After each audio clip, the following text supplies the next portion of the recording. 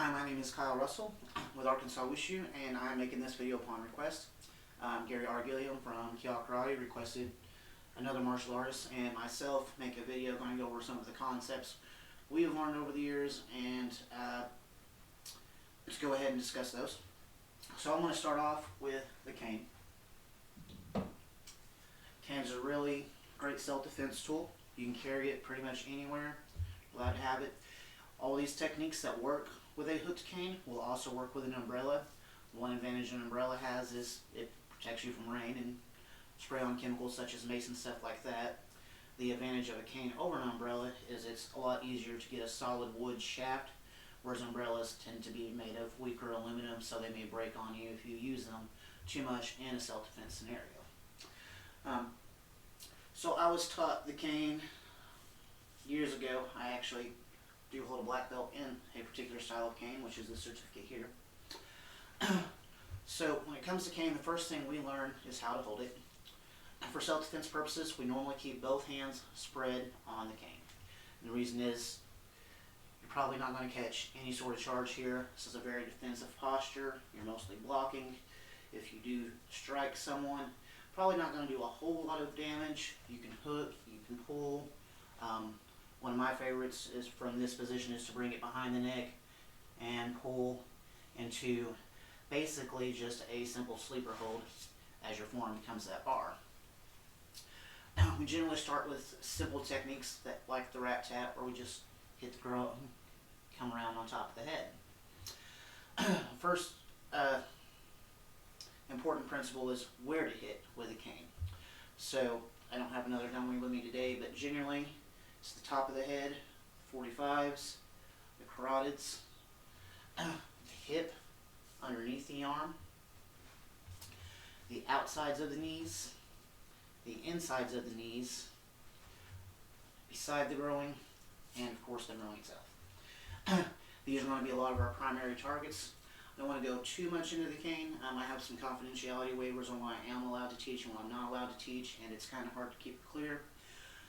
But one of my favorite weapons, because like I said, you can carry it anywhere.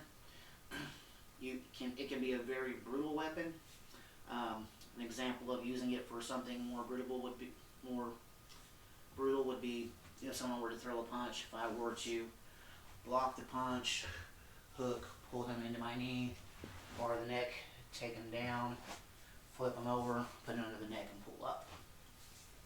I have a lot of really dangerous techniques like this. It's a really great weapon. I highly recommend it. Really like the cane. If you haven't learned the cane, what are you waiting for? I'll share a good quality cane with you later on, and probably on my Facebook page for those that want to buy one. But I would recommend getting one that's made out of solid wood oak. You want something that's going to be hard and sturdy. I don't really recommend the cheap aluminum ones. You don't want them to break. You want them to be very reliable and something that you can depend on. Alright, so let's move on. The next weapon I'm going to go over is the staff.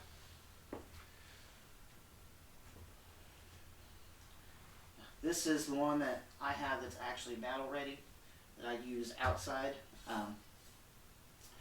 And I have another one that I use for practice inside. I've actually got about 10 more laying around in different places, but one of the main things that you need to know about staff is not all staffs are built the same. And there are two different types. There are your northern staffs and there are your southern staffs. Usually your northern staffs are going to be made out of things like white lotus wood, or they're going to be made out of things like rattan. And the reason for that is they need to be able to bend.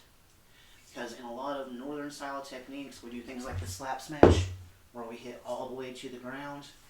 And if you take something like solid wood oak and you slap the ground, putting pressure there, and it has no ability to bend, you can easily break your weapon. So northern staffs tend to be more pliable, a little bit bendable. Rattan's a great choice. I use bamboo sometimes. I like using bamboo, but it is a little bit light. PVC is the same way. It works as a great little practice tool. You can do all the motions, but it's pretty light. So next we have the southern staffs. Southern staffs tend to be more hard oak wood and things like that. And the reason for that is you have more styles like the monkey style where you need the staff to be able to support weight. So if you're doing a technique where you're hitting the ground, you know, and jumping up on your staff and holding that position or anything like that, it's not good to have something that's going to bend on you because, of course, when you put that rattan or that bamboo and you go to jump up, that's what's going to happen, and it's going to cause you to lose your balance. It's not going to have the stiffness you need to support your weight. And so these are some of the differences between the southern and the northern staff. Looking at the techniques, they're fairly simple. A lot of people just use the staff like a baseball bat. That's fine. I like northern staff myself. It tends to have more flair and more flash. You do a lot of things like flower, the cloud. Of course, you always have your classic downward strike, upward strike, cross strike, and thrust. And those are pretty universal to any long stick weapons. In Wushu, we divide weapons into different categories. We have short weapons, long weapons, flexible weapons, and projectile weapons. The staff would be considered a long weapon. The cane would be considered a short weapon. Anything that's about as tall as you is pretty much going to be a long weapon. Alright, so let's move on to another weapon. Let's go ahead and go on to the broadsword. Broadsword, if you take Chen Chen, it's probably going to be the first sword you learn. They're great. This one is a practice one. A lot of people hate that they're flimsy. I mean, these practice swords, you can bend them, whatever. They're still dangerous. They're actually, in my opinion, really dangerous because not only they're so thin that you can only cut yourself on the front of it, even the back of the blade can cut you. I've actually came here and accidentally cut my own ear getting too close. And of course you have basically the same things. You have your cross cut, you have your point sword, you have your thrust. Now this is where these flimsy swords come in handy because what happens if I do a weak thrust? No sound is made. I know I didn't do the power or the technique right. So this sword forces you to do it right because if you do the technique right, it should pop. If it doesn't pop, you didn't put enough force into your technique, you didn't do your technique right, you need to go back and see what was wrong with that technique. And of course, like I said, broadswords do a lot of chopping, a lot of hacking, do a lot of intertwining around yourself, do a lot of close-up slicing. They're a lot of fun to play with. They look really cool. You can get into the flowers, get into your staff, get into your body turns, and do all kinds of things with a broadsword. And you know, a lot of people say, well, this isn't a practical weapon. It's so flimsy and you're not going to have it. Well, what do you carry commonly that kind of looks like this? Machete, right? There's machetes everywhere. So if you learn to use a broadsword, you can probably pick up a machete out of your tool bag or if you use it for whatever and be able to use it as a weapon. So in my opinion, it's a very practical weapon. It's very fun to play with, very nice to learn. Really like the broadsword. A lot of good things can happen with that. So let's move on. We'll go into some titles. Now, of course, when we get to the staff, they call it the grandfather of all weapons because it's one of the oldest of all, right? So then we go into the spear. Spear is not much different from staff. There are a few techniques that are different because they concentrate a lot more on the thrust. They do a lot more striking down. And it's hard to work in close range, so whenever you work in close range, a lot of times you have to hug the body with the spear, turn tightly, and just shove the end in, or come here. So there are ways to use a spear in tight range quarters. It's a little bit difficult. It's not much different from the staff in my opinion. The biggest difference is that whenever you thrust forward, there would be a blade on the end versus it being a blunt force. They call the spear the king of all weapons because if you were very good with a spear, you could beat just about any other weapon. It's really hard to beat a spear because it's got that range, it's hard to get in on, and on your way in, there is a good chance you'll get cut. Moving on from the grandfather of all weapons, we get to what they call the gentleman of all weapons, and that would be the straight sword. Now, a straight sword if you don't know, a lot of people think, oh, you know, this is a big double-edged blade that you're hitting. Now, they call this straight sword the gentleman of all sword because they are only sharp on the tip. So you'd have to nick or jab. The actual blade itself is just used as a block and just used basically as a blunt force. It's not really meant to cut with the sides. That's why they call it the gentleman's sword, is because you had to be very skilled and be able to hit with just the tip in order to win the fight. It's one of the harder weapons to use. One of the first things you should learn is how to decide what size sword that you need. When it comes to a straight sword, you simply hold it under, and the top of the blade should come to the top of your ear. If it's longer, it's going to be too hard. If it's shorter, it's not quite the right size for you. The techniques, there's a lot less hack and slash than there is with the broadsword. Like I said, it's more elegant, so there's going to be a lot more point, a lot more thrust, and most of our hack and slash is not going to be a hack and slash, but more of a parry, trying to keep from getting hit. So, very hard weapon to use, very hard weapon to learn. While you use it, they make a rule on it that the other hand needs to be in sword hand all the time, which is just 3 fingers touching together and your 2 fingers forward. You would point the direction and then strike or come up. While using the straight sword, you're supposed to keep the other hand in sword hand position in Northern Wushu.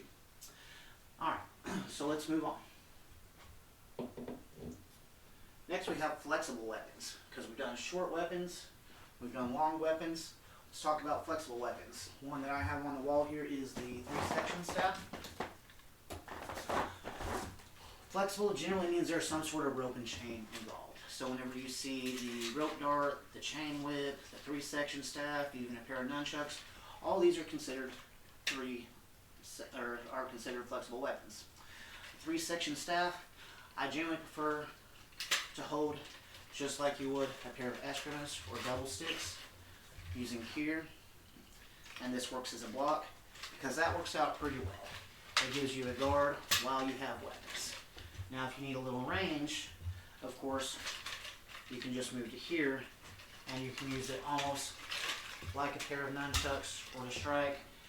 And I don't have room in here, but you can also whip it around like we would with cloud staff. Whenever learning the 3-section, learn all of your techniques on a regular staff first, because the movements are pretty much the same. The difference is going to be the flexibility of it.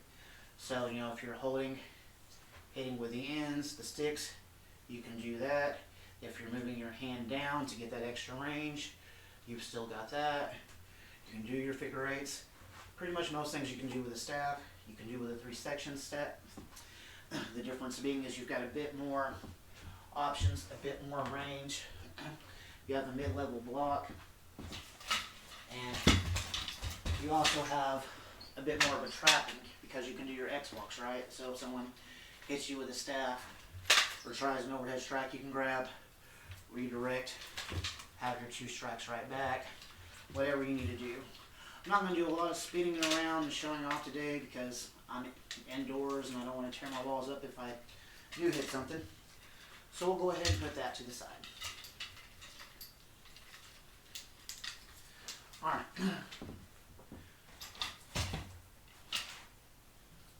So those are the main weapons that I use. I do have a few more.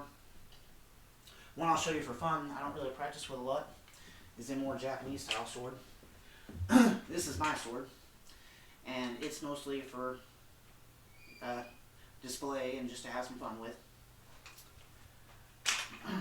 Now, if you don't know much about Japanese style sword, there's not a whole lot of techniques. You know, you have your overhead, you have your cross cut, you have a few blocks. The most important thing about these swords, or a Japanese style sword, is the draw. That's why I have my belt on today. When holding Japanese style sword, you want it on your non-dominant side with the blade up. And the reason you do this is because if it's on your dominant side, you can't really pull it with your dominant hand as well as you could from the opposite side. You want the blade up because in the days of the samurai and all of that, they wanted to be able to kill on the draw, right? So whenever you pull out with that blade up, since the downward strike is the first and most common one, you would come straight down into your kill, or you could come straight down to an angle. Same thing with a cross cut. If you needed to do a cross cut, you could simply grab with a slight bend and come out with a cross cut, and you're hitting with the proper side of the blade. If you were to carry that sword the other way around, whenever you pull it out, you got to turn it over before you can use it. Like I said, this one's kind of a novelty sword, so I'll show you the pieces just for fun. As you see, an extra knife fell out, and we'll go over knives here in a second. This one has 2 knives, so let's start with that. Knives are a great tool, great weapon. You can use one in one hand, one in both. Use one hand to block, the other to strike. This, since I have 2 knives, I'll go ahead and demonstrate a little bit of that. I don't spend a whole lot of time on the knife because the main thing you need to know is grips, how to hold it here, what a reverse grip is, and if you want to throw it, how to throw a knife, which I like the no spin throw, so I often put the finger on top of the blade for when I'm going to throw it. Alright, the reason I don't spend a whole lot of time on teaching techniques with it is because if you look at a style like Chuan Fa, which some of you know is Kempo, most of those techniques already work. So it's just a slight adjustment, figuring out how to hold the knife when you do that technique, right? So let's take, let's say Clawing Panther. Normally that's inward block, outward block, ridge hand to the throat, knee, throw down. Same thing, I'm going to use reverse grips. It comes in, I hit, I may have cut, I may not have. I do my outward block. That knife may slice the arm. I go back across, and then when I hook back, I have a stick and drag into that knee. And I'm probably not even going to get that next one off, but it doesn't matter because they're done at that point. So, don't really need to spend a whole lot of time going over knives because you just hold a knife in your hand as you do any of your techniques and figure out how you need to be holding the knife to do those techniques, and they'll generally work. Alright, so let's move on to other weapons. Like I said, you always have projectiles. This novelty sword here, if you're wanting to know where this one came from, this is the ninja sword from AWMA, Asian World of Martial Arts. This one has 2 throwing stars on the top of it. These are distractions. A lot of people see the movies and they see these shows or old ninja movies of them throwing it and killing someone. Throwing star was never meant to be a kill weapon. It's meant to be a distraction. And you just throw at something, it gets their hands up, it may cause them to drop their weapons, it may give you a second. Throwing any projectile can be used as a distraction. It doesn't necessarily have to be a throwing star. You could throw a glass, you could throw anything, just as long as it causes a reaction to buy you some time. Alright, I'm going to go ahead and remove the sword from its case. Too often people forget whenever it comes to a sword, the sheath itself is its own weapon. It's basically a gel, right? A 4-foot stick that you can hit with. Again, this one is a novelty, so the end here pulls out to create other weapons. There are more hidden inside. There's an extra knife here, and the reason this one comes with a knife, as you see there's a little slit in here that you can put this down in. You would take the rope off there to tie it in if you need, and that way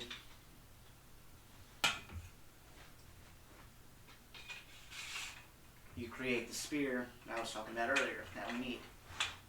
Hitting with the spear, and because this one's shorter than a normal spear, it's a little bit better at close range weaponry. If you don't want to use it as a spear, you've got an extra knife in this one. Alright, so getting away from the blades, we get to what they call a screaming stick. They just define this one as a metal battle tool. And all this is basically, most of them are round. This one's a little jagged. I don't know if you can see that up there or not. It's jagged with points. It works, I like it to grab it and use it as bars for wrist locks. It also works jamming into pressure points. It's not sharp, it's not bladed, it's more blunt force, but because it is rather pointy, it does come down to a little bit of a point, it's a blunt point, it hurts like crazy. So that is a very effective tool as well. And the main thing that Eskrima does, if you can win with an Eskrima stick, you can probably win without it, but it keeps you from damaging your hands. Because if you're punching bone, hitting things, a lot of people have won the fight and wound up with broken hands. This keeps that from happening. Something other than your hand is hitting and locking, so it protects your hands while invoking a little bit of fear in them, making them less likely to attack and causing just a little bit of extra pain. Alright, so you may think, why would you want to know how to throw a knife? Well, the main disadvantage of a knife is its range, right? So whenever you fight with a knife, it's barely longer than your arm. If it's not longer than your arm, you can't get to them. So what if this person picks up a weapon of their own? They may have a stick, they may have a crowbar, and you can't get close enough. Well, at that point, it becomes very important to know how to throw a blade. If you don't know much about throwing them, it's easier than you think. There's a few rules. I'm not going to throw it right now because I don't have something that I'm willing to throw it at inside the house. To do a no spin, the trick is to keep that finger on the back. That way, whenever you go to throw, keeping that finger pointed, when it tries to spin, your finger will keep it from spinning. As it slides down, it'll go straight. And you can realistically throw about 3 to 5 feet away and hit with that no spin throw, which is all I use. I don't like to throw any further than that. Now, the principle of knife after that is generally for every meter, you're going to have to change, right? So the knife is going to spin at some point. That'll slow the spin down. It's still going to spin eventually. So some people hold by the blade. You're wondering why. Well, it depends on the range. The knife will turn a half spin every meter, basically, or about every 3 feet. So if I'm within 3 feet, and for me, I can do it about 4 to 5 to keep the spin. With practice, you can increase the range a little. That'll hit, and that'll hit the blade. But if we go to 6 feet, it would spin around, and the back of the handle would hit. And that may not be a bad thing. You may just want a blunt force. You know, it may, if you're throwing something, a blade that's fairly heavy and the handle hits them, it might cause enough of an injury to make them change their mind or slow them down. Problem being now they have a knife at their feet. So whenever we get to that 6 foot range, we've got to turn over and throw by the blade instead. Same thing, when we get back to 9 foot, we've got to throw by the handle instead. So you need to know your ranges, and you need to work with your different size blades, your different weight blades, see how deep they're going to penetrate, and so on. Now another thing to know about the knife, it's like I prefer the slice versus a puncture wound. And the reason for this is most knives are not going to hit anything vital on a puncture. But you can slash an artery or something like that. In order to hit an internal organ, you need 6 inches of penetration. The state I live in used to have a rule saying that you could not carry a knife with more than 5.5 inch blade. And that's the reason why. It's because it takes 6 inches of penetration to hit a vital organ. So the assumption was, if we don't let them have a knife long enough to hit a vital organ, maybe they won't kill somebody with a knife. That law got removed because they kind of said ridiculous to have a blade limit whenever you're allowed to carry a gun. It doesn't really make a whole lot of sense. So that law was deleted. So now let's talk about, why do we learn all these weapons? This is a wide variety. It's more weapons than we're ever going to carry. I can't carry a sword into an airport. I can't carry a 6 foot stick everywhere I go. That's why I like the cane. I can carry it everywhere I go. No one cares. But we learn all these different weapons, and we learn all these different principles so that we can use anything as a weapon. So whenever I walk in, you can find something to improvise. Well, I don't have a spear, but I can see a shovel in the corner. I can use it the same way. I don't have a staff, but there's a mop, there's a broom. You know, I don't have a chain whip. I can't carry a chain whip, but I might have a belt on, and I can yank that belt off, and I can use it like a chain whip. By learning all of this different weaponry, your environment all becomes a weapon available to you, so you no longer have such a need to carry a weapon on you. And that's one of the great advantages of learning so many different weapons. That's why Shaolin preaches teaching the 18 traditional armas, because if you can use 18 different weapons, at that point anything you pick up is a weapon. It doesn't matter what it is. Anyways, that's my video on some of the weapons I use and some of the principles. I hope you enjoyed it. If you'd like to see some more in-depth teaching or something, let me know, and I may teach one of these weapons in my class, or I may create a special seminar or something just to go over one of them. Hope you enjoyed my video. I'll see you guys Monday for another endurance workout.